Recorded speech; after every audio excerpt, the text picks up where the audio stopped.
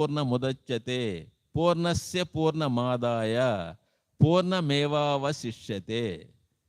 అంటే ఒక పూర్ణంలో నుంచి ఒక బెల్లపు గడ్డలో నుంచి మళ్ళీ తీసినా కూడా బెల్లపు గడ్డే, దానికి ఇంకా చిన్న ముక్కలు చేసిన బెల్లపు గడ్డే, రకరకాలుగా తీసినా కూడా దాంట్లో ఉండే తీపి ఆ లక్షణాలు ఇవి ఎట్ట పోనట్టుగా ఉంటుందో అది పూర్ణము. అటువంటి పూర్ణము స్వప్రకాశము. దాంట్లో నుంచి వచ్చే స్పందనలే ప్రతిస్పందనాత్మక ఈ సృష్టి స్థితి లయలు. కాబట్టి ఇవన్నిటిని కూడా మనం గ్రహించాలని అంటే భగవద్గీతని మన పిల్లలకి తప్పనిసరిగా పరిచయం చేయాలి. ఎందువల్లంటే అది కమ్యూనికేషన్ స్కిల్స్. కమ్యూనికేషన్ స్కిల్స్ అంటే ఏంది? నీకు ఒక ఆధ్యాత్మిక స్థితిలే కాదు, ఆత్మను అధ్యయనం చేయడం తప్ప మన ఆత్మను అధ్యయనం చేస్తూ దాని ఎలాబరేట్గా అది మన నిత్య జీవితంలో ఎలా అమలు జరపాలి అనే స్థితిని భగవానుడు బోధించాడు. దాంట్లో కర్మయోగం ఉంది, జ్ఞానయోగం ఉంది, విజ్ఞాన యోగం ఉంది, అక్షర పరబ్రహ్మయోగం ఉంది, రాజవిద్య రాజగుహ యోగం ఉంది, అన్నీ ఉంటాయి దాంట్లో. ఒకటి ఉంది, ఒకటి A to Z, all in all. అటువంటి జ్ఞానాన్ని ఎక్కడెక్కడోళ్ళో వచ్చి హరే కృష్ణ హరే రామ మందిరం వాళ్ళు రాసి ఏంది మన ఋషులు ఇచ్చిన దాన్ని మనం తీసుకొని పోయి తర్వాత మన ఇంట్లో కూర మనకు నచ్చక ఇంట్లో కూర ఏదో పుల్లగా ఉంటుందో చెప్తుంటారు, బయట కూర రుచిగా ఉందని. ఆ టైపులో మనం ఏదేదో తంటాలు పడుతున్నాం. కానీ మనకు ఋషులు ఈ విజ్ఞానాన్ని మనకు అందించిన తర్వాత ఆ భగవద్గీత అనేటువంటిది అది ఎలా ఉంటుంది? నీకు ఆధ్యాత్మికంగా ఉపయోగపడుతుంది, జీవితంలో నీకు ప్రతి విషయంలో ఉపయోగపడుతుంది.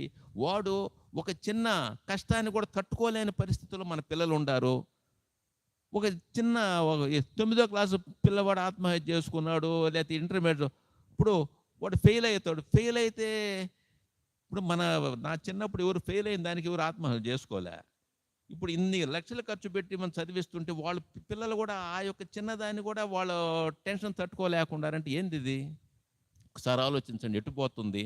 అంటే ఈ భగవద్గీత జ్ఞానాన్ని మన అమ్మమ్మలో లేకపోతే తాతలు ఎవరో ఒకరు ఒక ఊరుకునే కథలుగా మనకు చెప్పిన దానివల్ల మనకి 240 సంవత్సరాల వయసులో భీష్మాచార్యులు 10 రోజులు యుద్ధం చేశాడు.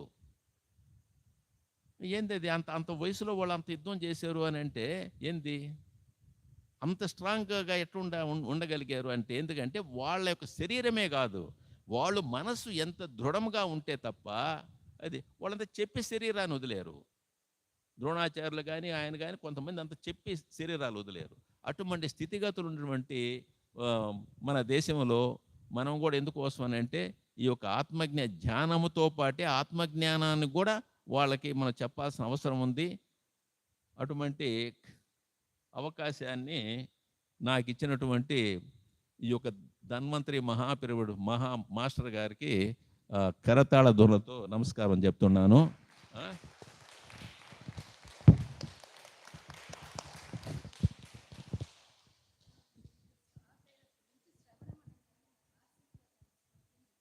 ఏమ్మా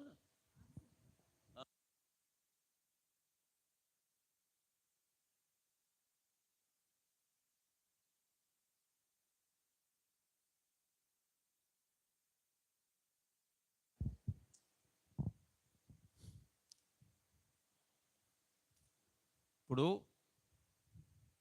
రాధికమ్మ ఏముంటుందంటే ఇప్పుడు శంకర భగవత్పాదులు ఒక ఆలయం భువనాలయం అనే పదాన్ని శంకర భగవత్పాదులు వాడి ఉండారు. ఎందుకనంటే ఈ మన భూమి అంతా భువనాలయం, మన ఈ భువనం అంతా కూడా మనకి ఒక ఆలయంతో సమానం అనేది. ఇప్పుడు దానికి ఆయన కూడా స్వదేశో భువనత్రయం అని కూడా చెప్పాడు. అంటే ఈ స్వదేశో భువనత్రయం అనేటువంటిది అంటే నేదేదో కేరళలో జన్మించాను, లేకపోతే ఇక్కడ జన్మించాను, అక్కడ జన్మించాను చెప్పేసి శంకర భగవత్పాదులు ఎప్పుడు అటు చెప్పలే. ఏ చెప్పినా సరే అద్వైత సిద్ధాంతం ప్రకారంగా. ఎందుకనంటే ఈ లోకములో నా యొక్క స్థితిగతులు అంతా ఎందుకనంటే విశ్వంతో సంబంధం. నేను విశ్వం అంతా వ్యాపించి ఉన్నవాడినే కానీ నేనేదో ఒక ప్రదేశానికో ఇక్కడికో అక్కడికో సంబంధించిన వాడిని కాదు. కాబట్టి ఆలయం భువనాలయం. ఈ యొక్క ఆలయం అనేది ఏంటి? నా యొక్క ఒక ఒక ఆలయం అనేది అంటే ఒక ఆశ్రయము.